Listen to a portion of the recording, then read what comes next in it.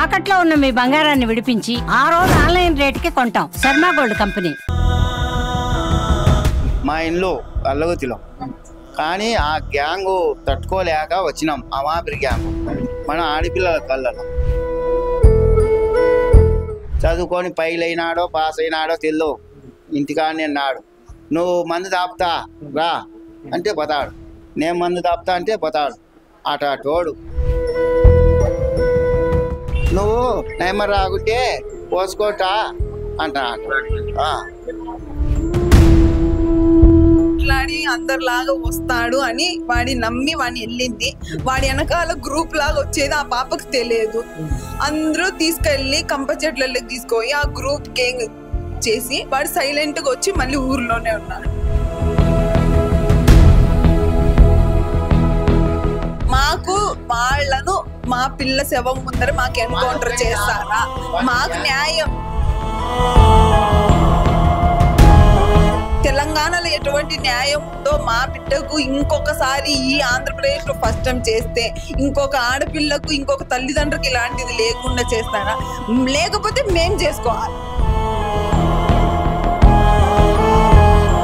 పొద్దున మా కొడుకులు వెళ్ళి పాపను చూస్తే అంత ఘోరంగా ఉందంట. పాప ఒంటి మీద ఏం లేకుండా కాట్లు, ఆ పాప ఎంత దారి ఇదిగా ఉందో మీరు అర్థం చేసుకోండి.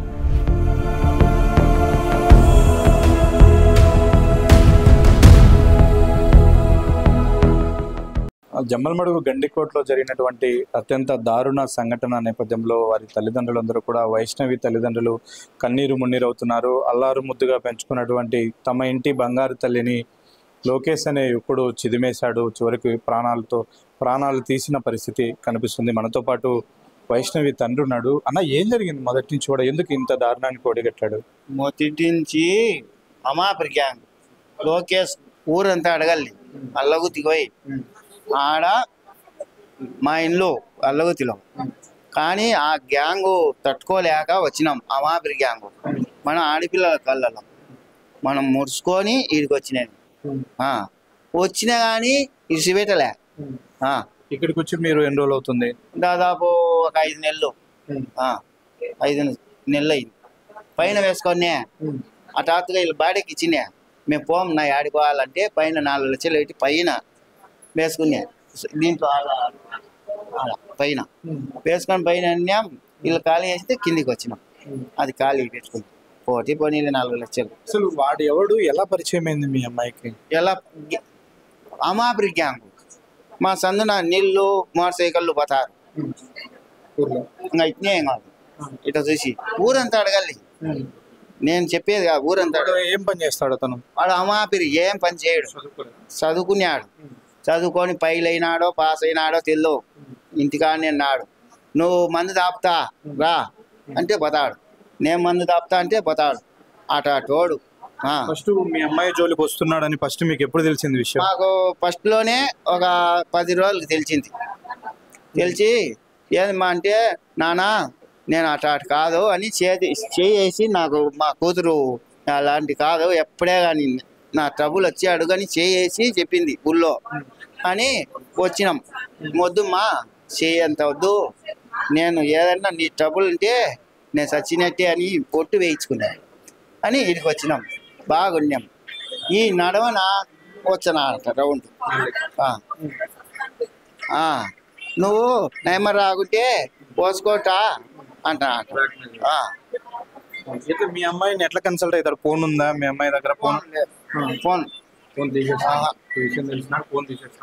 ఫోన్ ఉంది కానీ మా అమ్మాయి ఫోన్ తీసుకునేది వచ్చినాక మేము నువ్వు తీసుకునే చూసినంతసేపు వాళ్ళమ్మ నిన్ను కాయలు పెట్టే అన్ని చూసాం ఏం చూసింది అని. ఏం ట్రబుల్ సెల్లులోంచి వీడికి వచ్చినాంచి అప్పుడు తెలియదు. వీడికి వచ్చినాంచి ఫోన్లో ఎవరికి ఏం రెస్పాన్స్ లేదు. మరి ఇట్లా కాలేజీ పోయేటప్పుడు వెంట పడతాడా? కనిపెట్టుకుని ఉండే ఇక్కడ రాడు, అక్కడనే అమాపిరి గ్యాంగ్. నువ్వు ఏడునేది నేను అమాపిరి కదా, నువ్వు ఏడనే తెలుసుకుంటానా లేదా? అట్లా తెలుసుకున్నాడు. మా ఊరు పాప వచ్చాది బంగాల్లో పిల్ల అవన్నీ అమ్మాయి వారినో ఎట్టెట్టునో మొత్తం తెలుసుకున్నాడు. తెలుసుకున్నాడు. ఫస్ట్ వార్నింగ్ ఇచ్చినాం. వార్నింగ్ ఇచ్చి మా కొడుకులు దాన్లు బాగా, కానీ లెక్క చేయలే.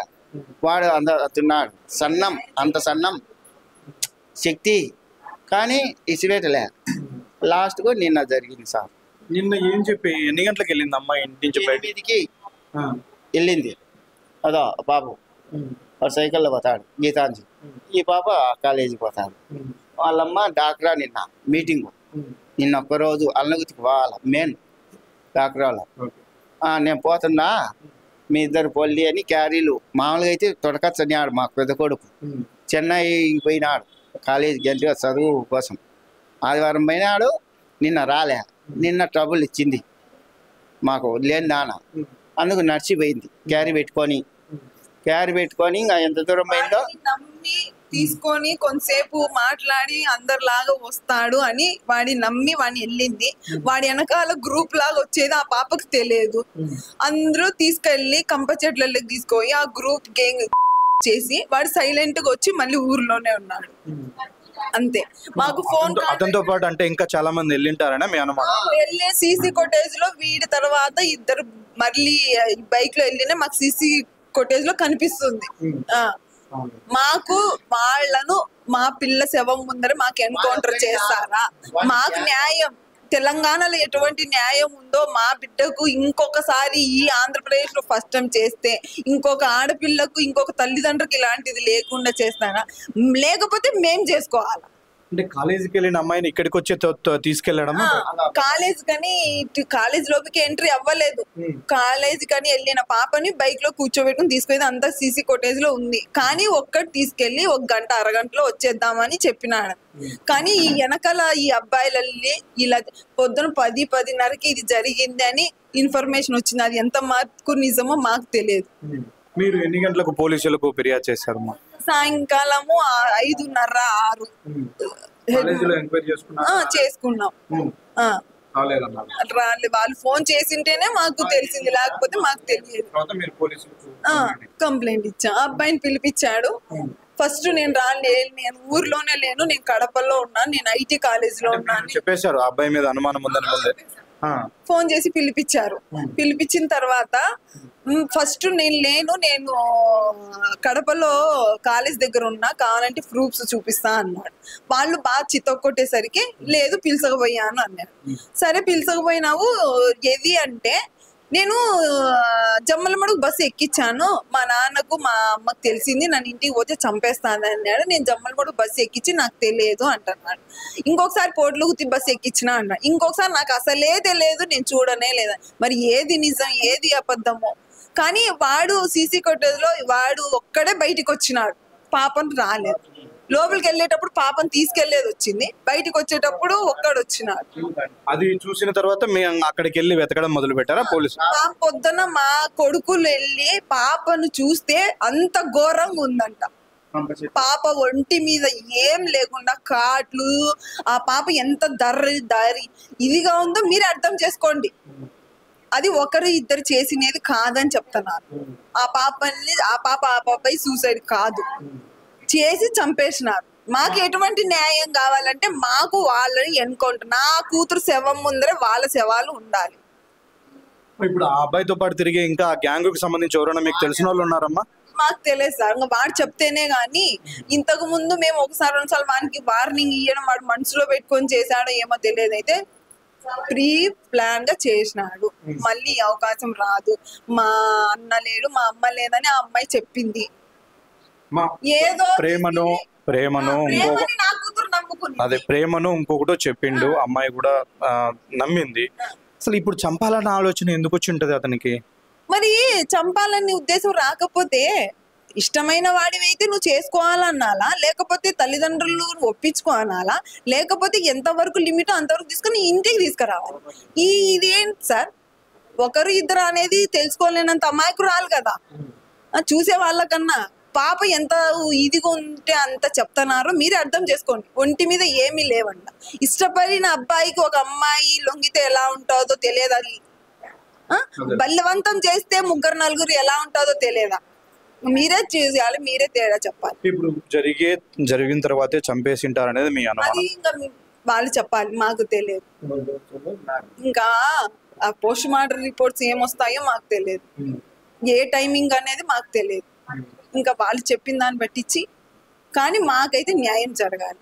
అన్న, మీరు గతంలో మీ అమ్మాయి వెంటబడుతున్నప్పుడు ఏమన్నా పోలీసులకు చెప్పడం కానీ ఇట్లా మా అమ్మాయి మేమే ఎంక్వైరీ ఇచ్చినాం, ఏంది ఇట చేస్తున్నావు అంటే లేదన్నా నేను అటోని కాదన్నా, నాకు తెలియదన్నా అని తప్పించుకున్నాడు. కానీ అమ్మాయి మాట్లాడకపోతే నేను చెయ్యి కోసుకు ఎందుకు మాట్లాడుతున్నావు, మళ్ళీ ఎందుకు కంటిన్యూ చేస్తున్నా అని మేము అడిగితే నేను ఏం చెయ్యట్లేదు, వాడు ఎలా తెలుసుకుంటున్నాడు నెంబరు, నేను చెయ్యి కోసుకుంటాను, నేను చచ్చిపోతాను, నేను అది చేసుకుంటా, ఒక వారం మాట్లాడు, నా కూతుర్ని బెదిరింపు కాల్స్తో.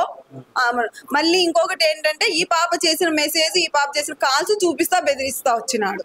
వాడిటి మొత్తం డిలీట్ చేసి ఈ పాపని చూస్తా బెదిరిస్తా వచ్చినాడు. తన బిడ్డను కాపాడుకోవడం కోసం ఊరిని కూడా వదిలేసి బయట ఊర్లోకి వచ్చి సంతోషంగా బిడ్డలను చదివించుకుందామని ఆరాటపడినటువంటి తల్లిదండ్రులకు చివరకు ఆ నీచుడు లోకేష్ అనే వ్యక్తి కడుపుకోతనే మిగిల్చాడు.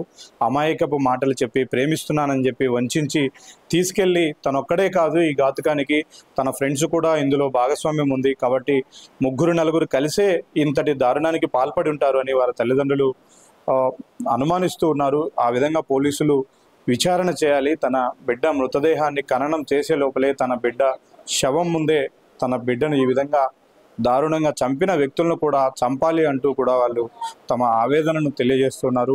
అయితే పోలీసులు ఈ విషయంలో ఎలాంటి ఎంక్వైరీ చేయబోతున్నారు, చనిపోయినటువంటి వైష్ణవికి ఎలాంటి న్యాయం చేయబోతున్నారో చూడాలి. వీడియో జర్నలిస్ట్ సాగర్తో సుదర్శన్ రెడ్డి, సుమన్ టీవీ, ప్రొద్దుటూరు.